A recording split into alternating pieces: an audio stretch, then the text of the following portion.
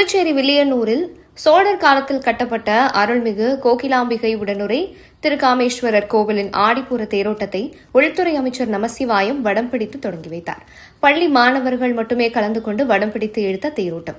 புதுச்சேரி வில்லியனூரில் சோழர் காலத்தில் கட்டப்பட்ட அருள்மிகு கோகிலாம்பிகை உடனுரை திருக்காமேஸ்வரர் கோவிலின் ஆடிப்பூர தேரோட்டம் கடந்த 5ஆம் தேதி கொடியேற்றத்துடன் தொடங்கியது. தொடர்ந்து சுவாமிக்கு கணபதி ஹோமம், வாஸ்து சாந்தி ஆகியவை நடைபெற்று நாகவாகனம், இந்திர விமானம், நந்தி சேவை என பல்வேறு அலங்காரத்தில் எழுந்தருளி பக்தர்களுக்கு அருள் பாலித்தார். தொடர்ந்து சுவாமிக்கு சிறப்பு அபிஷேகம் மற்றும் திருக்கல்யாணம் நடைபெற்றது. இதனைத் தொடர்ந்து 9ஆம் நாளான இன்று திருத்தேர் திருவிழா நடைபெற்றது. இதில் பள்ளி மாணவ மாணவிகள் மட்டுமே கலந்து கொண்ட வினோத தேர் திருவிழாவில் சிறப்பு அழைப்பாளர்களாக கலந்து கொண்ட உள்துறை அமைச்சர் நமசிவாயம், வில்லியனூர் தொகுதி சட்டமன்ற உறுப்பினர் ரவிக்குமார், உசுடு தொகுதி சட்டமன்ற உறுப்பினர் கார்த்திகேயன் ஆகியோர் தேரை வடம் பிடித்து தொடங்கி வைத்தனர். தேரோட்டம் முக்கிய வீதிகள் வழியாக சென்று மீண்டும் கோவில் பிரகாரத்தை வந்தடைந்தது.